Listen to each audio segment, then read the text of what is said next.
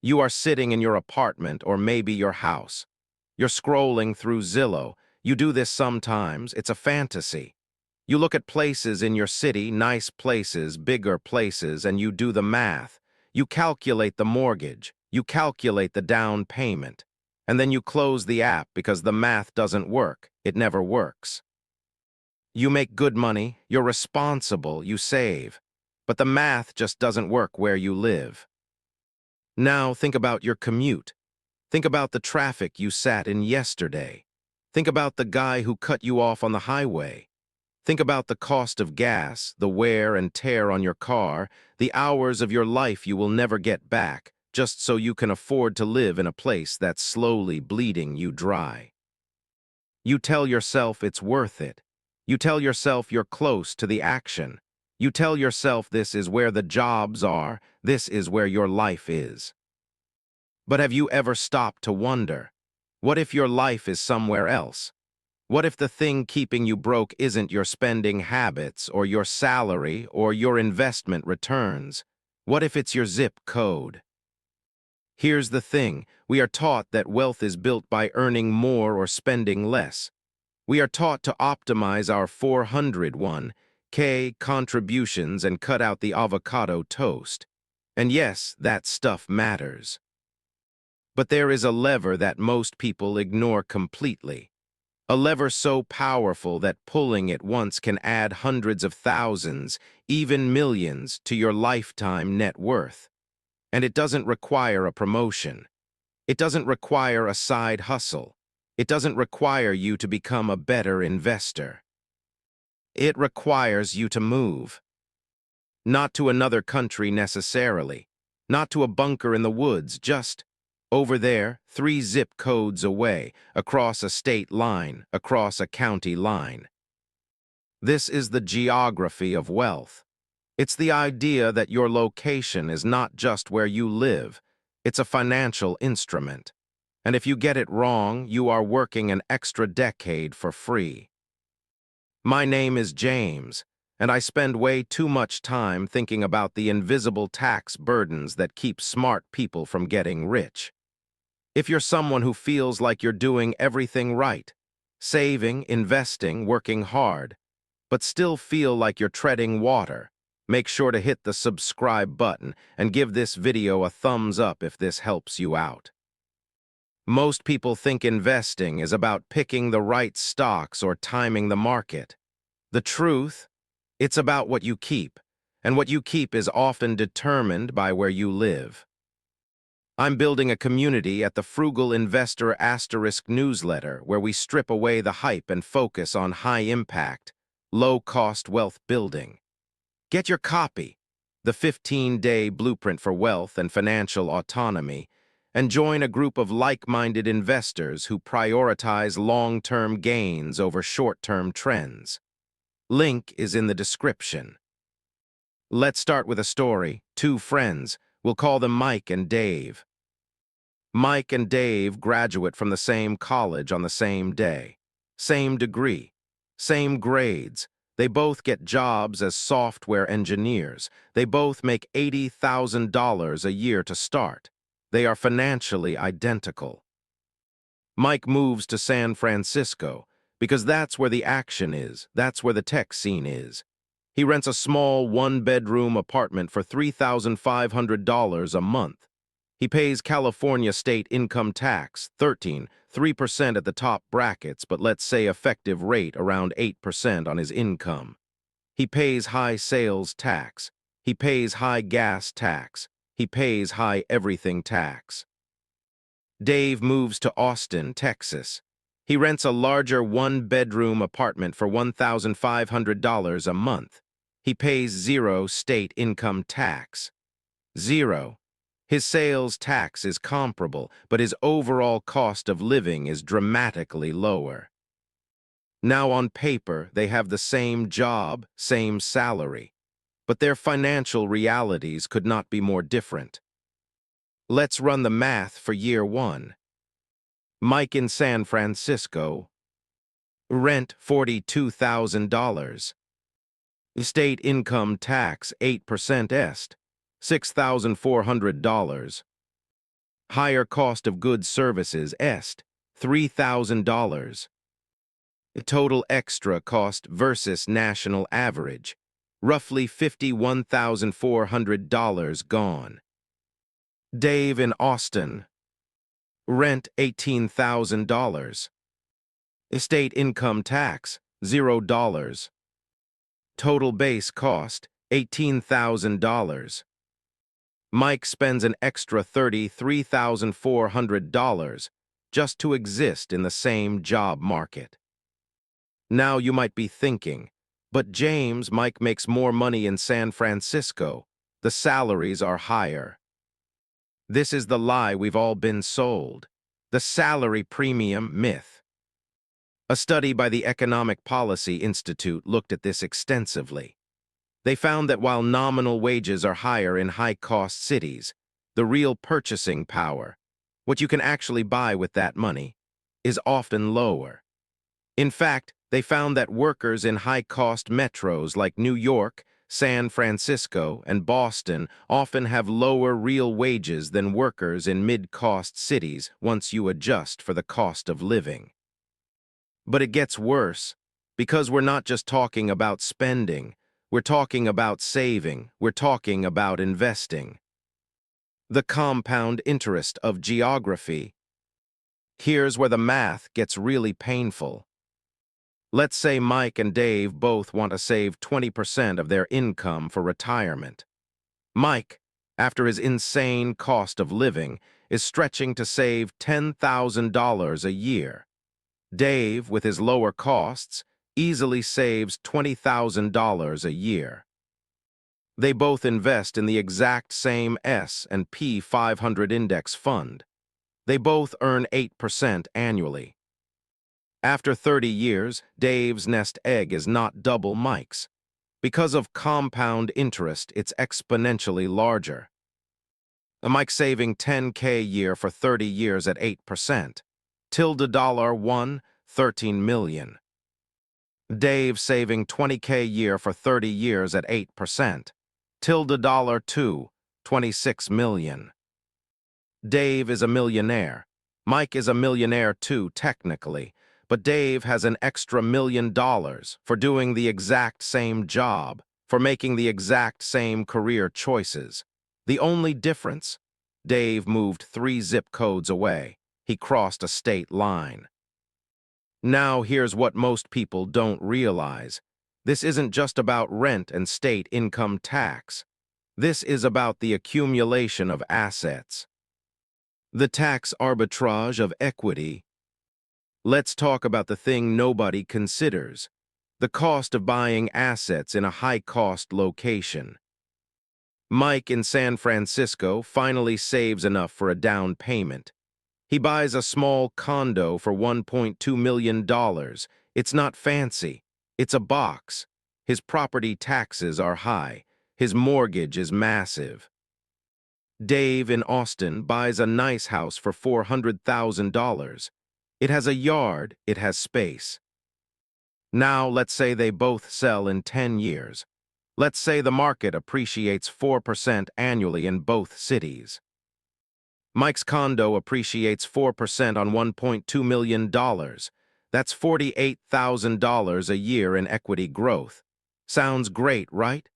But remember, his mortgage interest, his property taxes, his maintenance, all massive. And when he sells, he faces California's capital gains taxes on top of it. His equity gain is eaten by carrying costs. Dave's house appreciates 4% on $400,000. That's $16,000 a year, less raw gain. But here's the kicker, Dave's carrying costs are lower. His mortgage is smaller. His property taxes are lower. And in Texas, while property taxes are high, there's no state capital gains tax. When Dave sells, he keeps more of his gain. But the real magic, Dave's $400,000 house and Mike's $1.2 million condo both appreciate at the same percentage. But Dave, because he spends less on housing, has an extra $20,000 a year to invest in the stock market. Over 10 years, That extra $200,000 in contributions, compounded, could easily be $300,000 or more. Dave wins twice. He wins on lower living costs, and he wins on the ability to invest the difference. The psychology of the golden HANDCUFFS. Now let's talk about the brain, because the geography of wealth isn't just a math problem, it's a psychological trap. Why do people stay in high-cost areas when the math is so clearly against them? It's called the endowment effect mixed with sunk cost fallacy. You've built a life there, your friends are there, your routine is there. You tell yourself, I could never leave. You tell yourself, the culture here is better. You tell yourself, there are no jobs anywhere else. But here's the truth. You're not staying for the culture. You're staying because you're afraid. You're afraid of the unknown. You're afraid of starting over. You're afraid that if you leave, you'll be admitting that you made a mistake by staying so long. This is the golden handcuffs of geography. You're not handcuffed by a high salary. You're handcuffed by a high cost of living that makes it impossible to save enough to leave. You're trapped in a cycle where you need the high income to afford the high costs, but the high costs prevent you from building the wealth that would let you escape. I knew a guy in New York City, made $250,000 a year, senior executive, sounded rich. But his rent was $6,000 a month. His kids' private school was $4,000 a month. His taxes were astronomical. He was living paycheck to paycheck on $250,000. He moved to North Carolina. Same company, remote position. Took a slight pay cut to $220,000. Bought a beautiful house for $600,000. His monthly expenses dropped by over $7,000. He started saving $80,000 a year. He told me, James, I feel like I got a $100,000 raise by taking a $30,000 pay cut. That is the geography of wealth. It's the realization that net income matters more than gross income. What you keep is what matters. The statistics that will shake you. Let's look at some real numbers. According to data from the Tax Foundation and the Bureau of Economic Analysis, Chinese letter between high tax and low tax states is staggering. If you're a high earner making $400,000 a year in California, you're paying around $50,000 a year in state income taxes. That's $500,000 over a decade, just in state income tax. Money that goes to the government, not to your retirement account. If you make that same $400,000 in Florida or Texas or Tennessee, you pay $0 in state income tax. That $50,000 a year, you keep it. You invest it. At 7% return over 20 years, that $50,000 a year becomes over $2 million. $2 million, just for living on the other side of a line on a map. Now you might be thinking, but James, Texas has high property taxes. Florida has high insurance. It all balances out. Does it? Let's look at the total tax burden by state, according to WalletHub and the Tax Foundation. The average total tax burden in New York, including income, property, sales, is around 12–13% of income. In Tennessee, it's around 6–7%. That's a 6% difference. On a $200,000 income, that's $12,000 a year, every year, just given away. And that's just taxes. That doesn't include housing costs, which are the real killer. According to Zillow data, the median home value in San Jose is $1.5 million. The median home value in Houston is $250,000. Same country, same economy, completely different wealth trajectories. The arbitrage of remote work. This is where it gets really interesting. The pandemic changed everything. It broke the geographic monopoly of high-cost cities. For decades, if you wanted a high-paying job in finance, tech, or media, you had to live in New York, San Francisco, or Los Angeles. That was the deal. You paid the entry fee of high costs for the privilege of the high salary. But remote work changed that. Suddenly, you could keep the New York salary and live in Pennsylvania. You could keep the San Francisco salary and live in Nevada. You could keep the LA salary and live in Arizona. This is the ultimate tax arbitrage. It's legal, it's ethical, and it's sitting there waiting for you. According to a study by Stanford economist Nicholas Bloom, remote work has created a massive geographic realignment. Workers are moving from high-cost, high-density areas to lower-cost areas, but they're often keeping their coastal salaries. This is creating a wealth transfer of epic proportions. Let's say you work for a company in Seattle. You make $150,000. You move to Boise, Idaho. Your company doesn't adjust your salary, many aren't yet. You keep the $150,000. Your rent drops from $2,800 to $1,400. Your state income tax drops from 0%. Actually, Washington has no income tax, so that's not the win. But your housing costs drop by $16,800 a year. Your overall cost of living drops by maybe $20,000. That $20,000 a year, invested for 30 years at 8%, is $2.2 million. You didn't get a promotion, you didn't start a business. You didn't invent an app, you just moved, you changed your geography. The surprising insight, it's not just about taxes. Now, here's where we need to be careful. I'm not telling you to move to the cheapest place on earth just to save a buck. That's how you end up miserable in a place you hate. The geography of wealth isn't just about taxes. It's about asterisk value arbitrage asterisk. It's about finding places where the quality of life is high but the cost is low. It's about finding the sweet spot. Look at the map of the United States. There are cities with incredible amenities, good schools, good food, good culture, good outdoor access, that are dramatically cheaper than the coastal elite cities.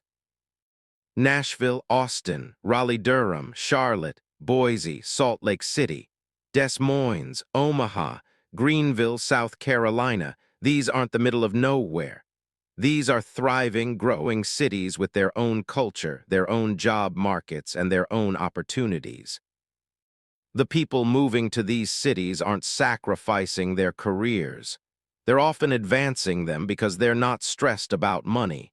They're not waking up at 2 a.m. doing the math on their rent. They're sleeping. They're recovering.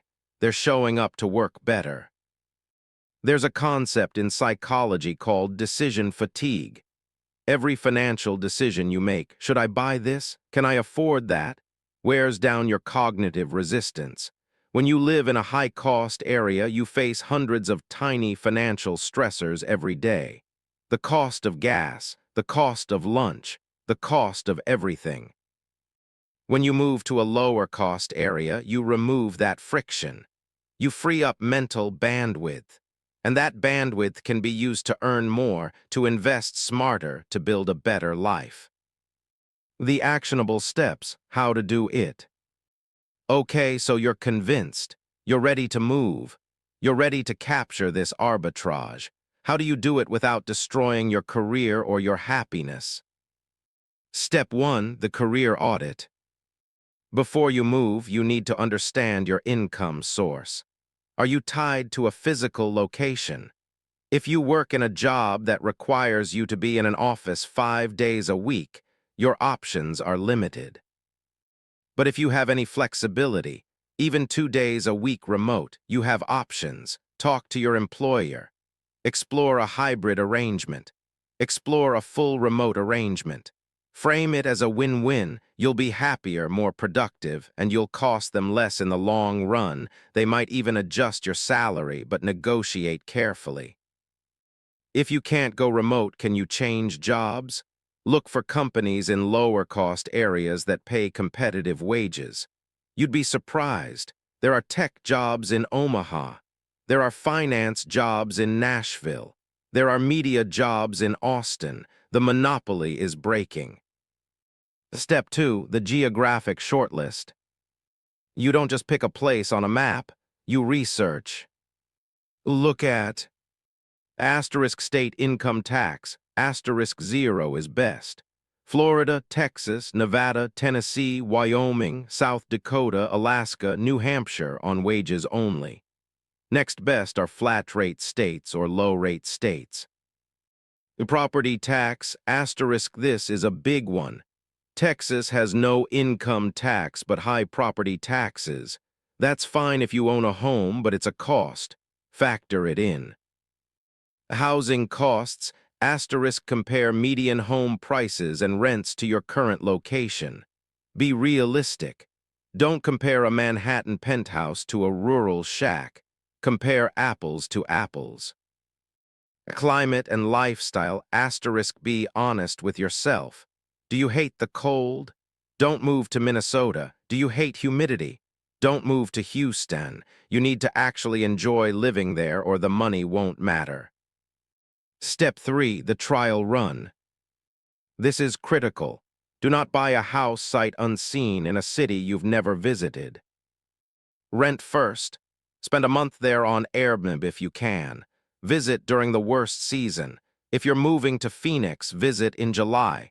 If you're moving to Buffalo, visit in January. Make sure you can handle it. Step 4, the tax residency setup. This is where people mess up. You can't just buy a place in Florida and keep living in New York. The tax man is watching. New York is famously aggressive about going after former residents. They have the convenience of the employer rule and strict residency tests. You need to actually establish residency. Get a driver's license. Register to vote. Change your address on everything. Spend more than 183 days in your new state. Cut ties with the old state. If you're a high earner, pay a tax professional to guide you through this. The cost of a CPA is nothing compared to getting hit with a residency audit. The moral argument. Now I know some of you are thinking, James, isn't this selfish? Aren't I supposed to pay my fair share? Aren't I supposed to support the communities I live in? Look, I get it. There's a moral dimension to this. But here's the reality. The tax code is not a charity. It's a system of incentives and disincentives. The government uses tax policy to encourage or discourage behavior. High-tax states are effectively saying, we don't want you here unless you're willing to pay a premium. You are not a bad person for responding to those incentives. You are not a bad person for wanting to keep more of the money you earn. The people who stay in high-tax areas aren't morally superior. They're just wealthier or more tied down. And here's the kicker. When you move to a lower tax state, you're not avoiding your responsibilities. You're often contributing more to a new community. You're bringing your income, your spending, your energy to a place that wants you. You're helping to grow a different part of the country. The compound interest of freedom. Let's bring this home. The geography of wealth isn't just about money. It's about time. It's about freedom. Every dollar you don't spend on rent, on taxes, on the high cost of living is a dollar that can buy you a day of freedom later. Every dollar invested today is a day you don't have to work in the future. When you move to a lower-cost area, you're not just saving money. You're buying time. You're accelerating your timeline to financial independence. You're giving yourself the option to retire earlier, to work less, to spend more time with your family, to pursue passions that don't pay. The difference between retiring at 55 and retiring at 65 is often just a few zip codes. The difference between being stressed about money and being comfortable is often just a state line. Look, I know moving is hard. I know it's scary. I know your friends are here, your family might be here, your whole life is here. But ask yourself this: in 10 years, where do you want to be? Do you want to be in the same place, doing the same math, wondering why you can't get ahead? Or do you want to be $2 million wealthier, living in a place you love, with a life that's actually sustainable? The map is not the territory. The lines on the map are not real. They are human inventions. And some of those lines are walls that keep you poor. Some of those lines are doors that lead to wealth. Your job is to find the doors. Your job is to walk through them. It's not about running away. It's about running towards something better. It's about using the system to your advantage. It's about realizing that where you live is the biggest financial decision you'll ever make and treating it with the seriousness it deserves. Stop looking at Zillow as a fantasy. Start looking at it as a strategy. Start looking at the map and asking yourself, where is my wealth? Thanks for watching. If you want to dive deeper into these strategies and get the actual blueprint for building wealth through smart, structural decisions, go check out the Frugal Investor *** newsletter. The link is in the description. Get your copy of the 15-day blueprint for wealth and financial autonomy. My name is James. Your zip code is not your destiny, and I'll see you in the next one.